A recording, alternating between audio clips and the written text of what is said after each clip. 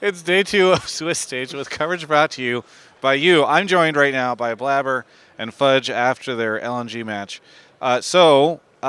We were just discussing some stuff. Blaber, what did you think of the draft between Cloud9 and LNG? We just picked Renekton again and we lost, so I just blame Renekton. But besides blaming Renekton, I think that we actually could have won regardless of draft after we got the Baron. Yeah. And we made some mistakes, but it felt like, at least for like my pick and our mid jungle pick, we didn't really have much control against like Lee Sin and Azir, and that felt like pretty bad. But besides that, I do think we could have won with the draft given to us if we played better. Do you blame the Renekton as well, Fudge? I mean, I don't blame the Renekton because, like, if my team wasn't, useless, then I would have won the game. Because I was stronger than the enemy Jax in the entire game until we lost one team fit. I see. However, Renekton was dog shit that game. Okay. All right.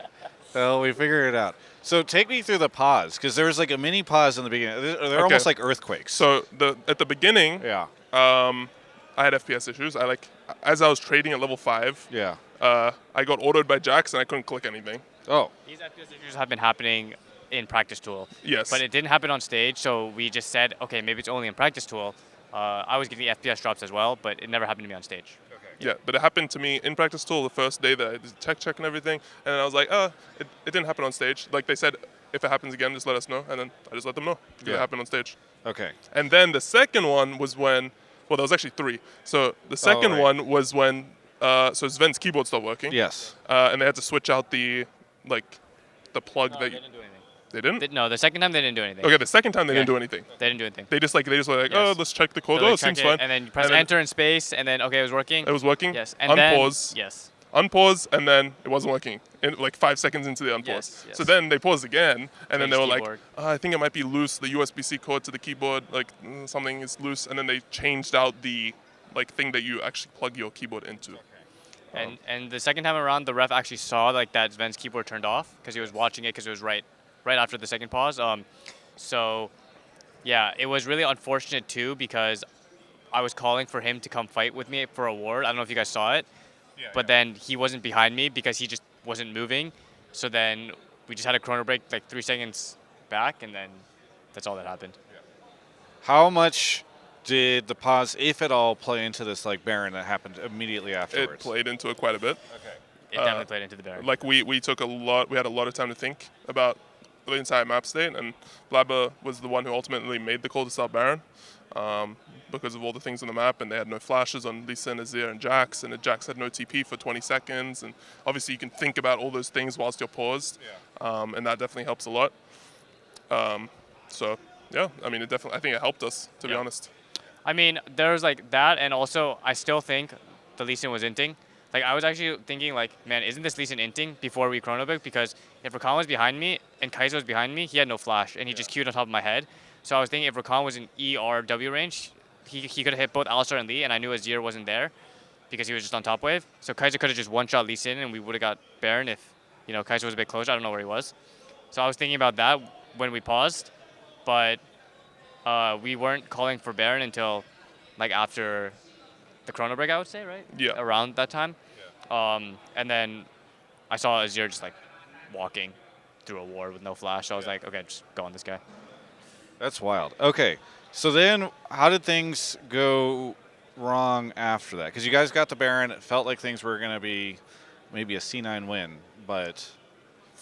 So we didn't really have a good plan, to be honest, out of base on how to take the mid-tier one.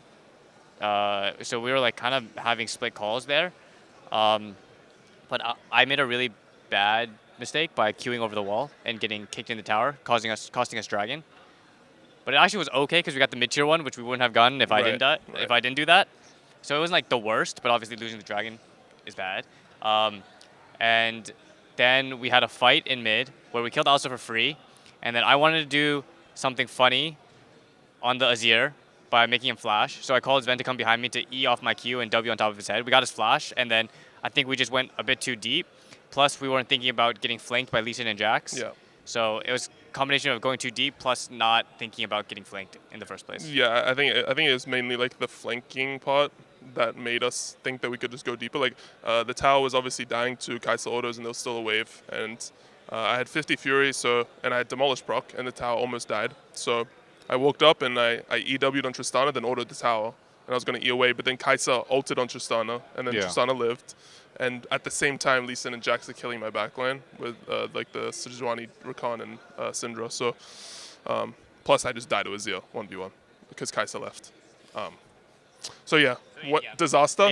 Complete disaster. And after that, we're behind on all 3 lanes. Completely lost. Yeah. But that game was winnable. It was winnable. Yeah. And I guess it's funny because I think a lot of people expected. So often we see North American teams come into these events and then they just get like swept, right? Like they don't do anything and then they lose, or if things go poorly.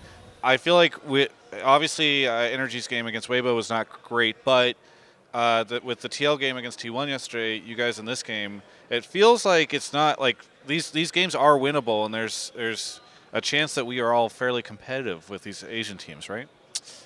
So we've actually been doing pretty good against at least the LPL teams in scrims. They just, however, are very good at team fighting, which is, I mean, you can see from their strengths, right? Like even JDG versus BDS yesterday wasn't really winning, but then it comes to team fights and they just, roll over them.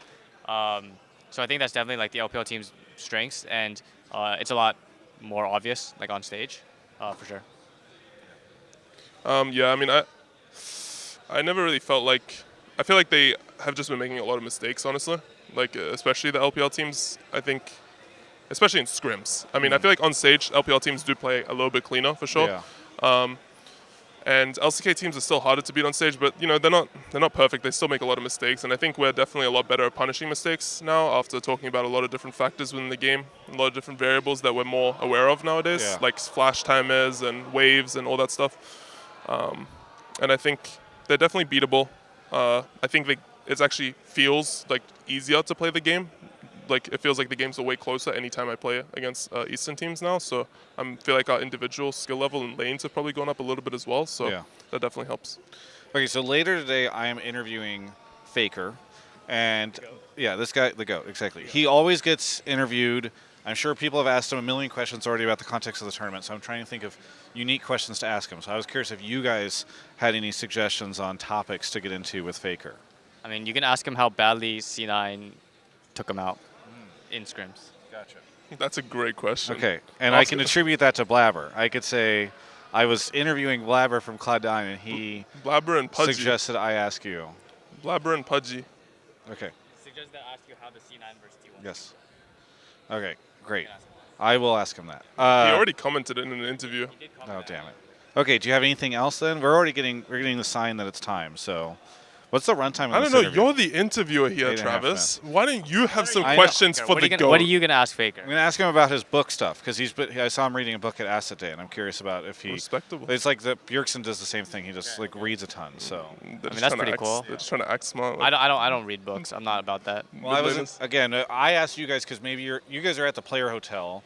You know all this behind the scenes stuff. Oh, he has a really cool jacket. It says the one and only Faker on his back. I saw it. We were in the elevator together, just me and him, chilling.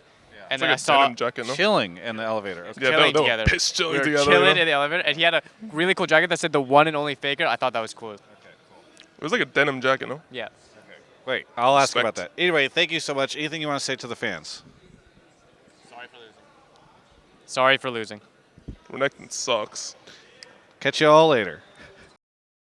Thanks so much for watching that interview. Fudge is walking in right now, so I got to interview him instead of this outro. But the video is brought to you by you. I'm trying to tell them that they should support me because I support Travis Gafford. Yeah, because I don't have a sponsor for this one. So this is my 6th interviewer of the day. Jesus, we're going hard in the content zone. Yeah, I mean that's what you got to do. That's what you got to do. That's what I'm doing. Save North America. There's a link in the description if you want to support the channel. There's a bunch of different ways to do so. You have to support the channel. You don't have to. If you're not financially capable of doing that. Fair enough. Yeah.